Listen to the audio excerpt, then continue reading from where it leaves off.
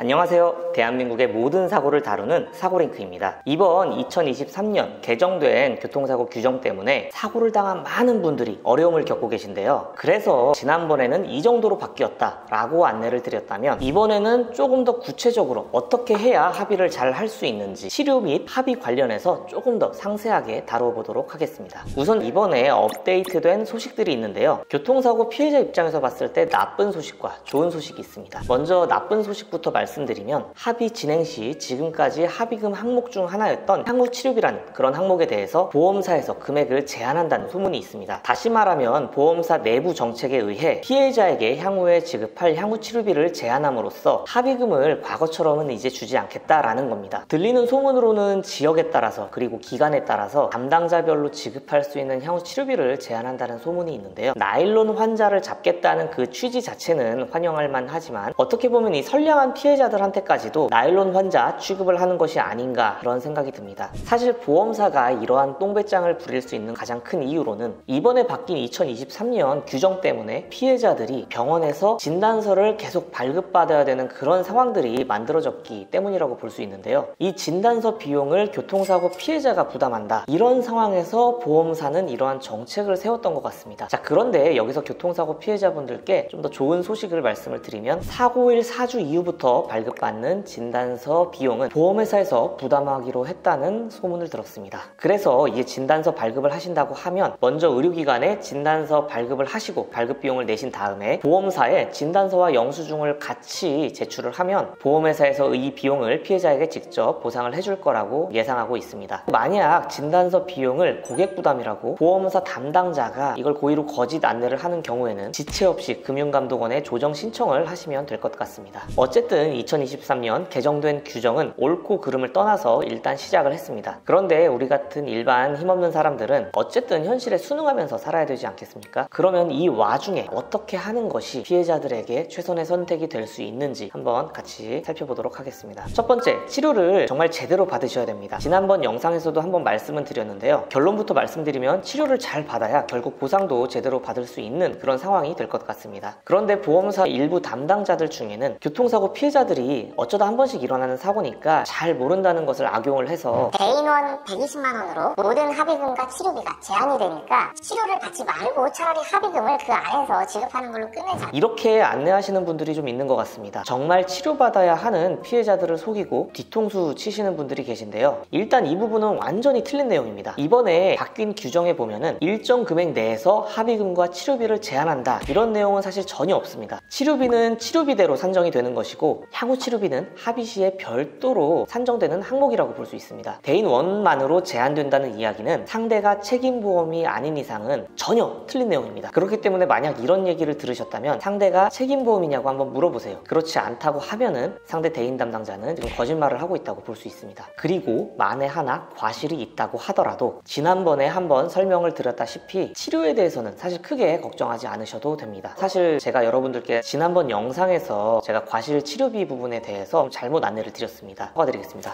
제가 부상급수를 보고 계산을 했어야 되는데 후유장의 표를 보고 계산을 했어요. 그래서 오늘 정정할 겸 다시 한번 자세하게 설명을 드리겠습니다. 자손보험금 1,500만 원이라고 가정을 했을 때 염좌 12급의 과실 10%라고 이제 계산을 해봅시다. 그러면 일단 자기 신체 사고 자손에서는 치료비 120만 원까지 보장이 됩니다. 제가 이걸 150만 원이라고 지난번에 잘못 안내드렸는데요. 과실 10% 120만 원이면은 과실 100%로 할 때는 1,200만 원입니다. 그러니까 1,200만 원의 전체 치료비가 발생하면 그 중에 120만 원이 본인 부담이니까 전체 1,200만 원까지는 자기 부담금이 없는 겁니다. 그리고 대인원의 경우 한도가 120만 원이니까 여기서 10%를 제하면 108만 원인데요. 그래서 전체 치료비 1,308만 원까지는 본인 부담에 대한 문제는 없다고 볼 수 있습니다. 그래서 만약 또 과실이 30%라고 한다면 같은 계산으로 인해서 대략 한 484만 원 정도 치료받을 수 있고 그 이후에 자기 부담금이 발생할 수 있습니다. 계산이 이게 사실 굉장히 어려운데요. 저도 지난번 영상에서 실수를 했기 때문에 어떻게 보면 여러분들께 드릴 말씀이 없네요. 그래서 저희가 좀 고민을 하다가 아예 이런 계산이 가능한 구글 스프레드시트를 만들어서 저희와 제휴된 의료기관에 배포를 하였습니다. 만약 저희 어플리케이션을 통해서 병원에 진료 예약을 하고 방문을 하셨다면 한번 물어보시면 정확하게 안내를 받으실 수 있을 겁니다. 어쨌든 금융감독원에서는 이번 정책을 도입하면서 실제로 피해자들이 치료를 받는 데는 거의 영향이 없을 것이다. 분명하게 정책을 안내하고 이러한 방향으로 방향으로 홍보를 계속해 왔습니다. 그런데 이 일선에서는 보험사 담당자들이 본인의 실적을 위해서 잘못된 정보로 교통사고 피해자분들을 자꾸 속이는 것 같아요. 절대 속지 마시고 치료를 좀 잘 받으시길 바라겠습니다. 자, 그럼 이제 합의 관련해서 말씀을 드리면 치료를 어떻게 받았는지에 따라, 정확하게는 입원 치료를 받았는지 아니면 입원 치료를 받지 않았는지에 따라서 합의금의 차이를 생각을 해볼 수 있을 것 같습니다. 사실 교통사고 부상에 관련된 자동차보험 약관은 위자료 그리고 기타 손배금은 계속 오랜 시간 동안 같은 금액이 적용되어 왔습니다. 그 사이에 물가가 굉장히 많이 올랐는데도 불구하고 사실 자동차 보험 약관에 나온 금액은 지금의 현실을 제대로 반영하고 있는지 솔직히 말하면 조금 의문이 드는데요. 구체적으로 예를 들어서 갈비뼈 2대가 골절이 됐다라고 하면은 보험사에서는 위자료로 25만 원을 책정하고 있습니다. 안면에 코뼈가 작살이 나가지고 수술을 했다, 그래도 위자료로 25만 원을 책정하고 있어요. 안면 코뼈 골절 수술을 하지 않는다라고 하면은 20만 원입니다. 위자료는 정신적 고통에 대한 배상이라고 합니다. 지금 2023년에 멀쩡히 있는 사람 치여가지고 사람 코뼈 부러뜨리고 수술까지 하게 만들고서는 위자료 25만 원 드릴게요 라고 이렇게 얘기하면은 이게 말이 되는 이야기라고 생각이 드십니까? 어떻게 보면 현실하고는 조금 동떨어져 있는 그러한 기준으로 지금 지급금액이 산정이 되고 있는 건데요. 그런데 그나마 휴업손해액은 조금 다릅니다. 그 이유가 증빙이 어려운 경우 도시노동자 일용급여로 계산을 해서 하루에 한 약 8.5만 원씩 산정을 하고 있기 때문입니다. 그래서 이 부분은 매년 갱신이 되었고요. 그나마 현실이 반영되어 오고 있다 보니까 이제는 다른 항목과 비교해서 그 차이가 워낙에 커졌습니다. 그리고 보험사에서는 이제 향후치료비라는 항목에 대해서 현재 지급을 하지 않겠다고 내부적인 방침을 세웠다고 하니 이제는 입원 치료 여부에 따라서 합의금의 차이가 많이 날 것으로 예상됩니다. 두 번째로는 보험사 담당자에게 적극적으로 어필을 하셔야 될 것 같습니다. 이번 2023년에 바뀐 규정은 아직은 1월 초이고 앞으로의 상황에 따라 이후에 어떻게 달라질지 아직 확정된 것은 없습니다만 일단 지금 현재로서는 작년, 재작년과 같은 그러한 합의는 조금 어렵지 않을까 예상이 됩니다. 그래서 지금 일개 개인으로서는 뚜렷한 방법은 없다고 볼 수 있는데요. 그렇다고 내가 손해를 실제로 이만큼 봤는데 보험사 내부 정책이라고 이 손해보다 적은 금액을 보상을 받는다고 하면 그건 역시 매우 잘못된 겁니다. 정당한 보상이 아니고요. 이거는 말도 안 되는 얘기죠. 그래서 일단 손해가 크다면 적은 금액으로 어쩔 수 없이 합의를 하기보다는 합의하지 않고 상황을 조금 지켜보는 것이 차라리 나을 것 같습니다. 특히 진단서에 대한 부담을 압박을 하면서 합의 종용을 할 수 있는데 앞서 말씀드렸듯이 진단서 발급에 대한 부담은 보험회사에서 진다고 하기 때문에 그 비용은 보험사에 청구하면 되니까 충분한 치료를 받으시면서 보상 처리 진행하시면 될 것 같습니다. 그래서 어떻게 보면 저희 사고링크에다가 수임을 맡겨주시는 것도 하나의 방법이라고 말씀을 드리고 있는데요. 저희가 지난번에 안내드린 신규 서비스 런칭까지는 저희 어플리케이션을 통해서 지금 상담을 받고 있습니다. 저희 어플리케이션을 통해서 상담 신청을 해주신 한 분 한 분 저희가 고민 같이 해드리면서 상담하고 있으니까 한번 상담을 받아보시고 결정하는 것을 추천을 드리겠습니다. 그리고 또 최근 피해자분들 사이에서 이야기 나오는 것 중 하나가 사고일로부터 3일 이상 지나면 입원 치료가 안 된다. 입원했는데 5일 지나니까 자꾸 퇴원하라고 한다. 병원에서 이렇게 안내를 받으시는 분들이 있습니다. 개인적으로는 일자로 이렇게 이야기할 것이 아니라 몸 상태를 최우선으로, 그리고 만약 그 부분이 의심이 든다면 사고 내용이나 차량 파손 사진, 객관적인 자료를 보고서라도 의사 선생님께서 판단하는 것이 맞다고 생각을 하는데요. 이렇게 사고의 경중을 구분하지 않고 일괄적으로 날짜에 따라서 어디까지 입원, 어디까지 통원 동일하게 치료를 진행한다면 억울한 사람은 더 발생을 할 겁니다. 어쨌든 피해자분들께서는 본인의 이런 신체 건강을 위해서 직접 잘 알아보시고 적절한 치료를 이제 받으셔야 되는 그런 상황이 될 수밖에 없는 것 같습니다. 본인의 피해를 잘 이야기를 해서 적절하게 치료받으실 수 있기를 바라겠습니다. 올해 들어서 사고를 당한 많은 분들께 위로의 말씀을 드리며 적절하게 보상을 받으실 수 있기를 바라겠습니다. 오늘도 영상 시청해주셔서 감사드립니다. 교통사고에 대해서 더 알고 싶으시다면 구독과 좋아요, 알림 설정 부탁을 드리고요. 주변에 교통사고 나신 분 있으면 저희 사고링크 알려주세요. 유튜브 채널과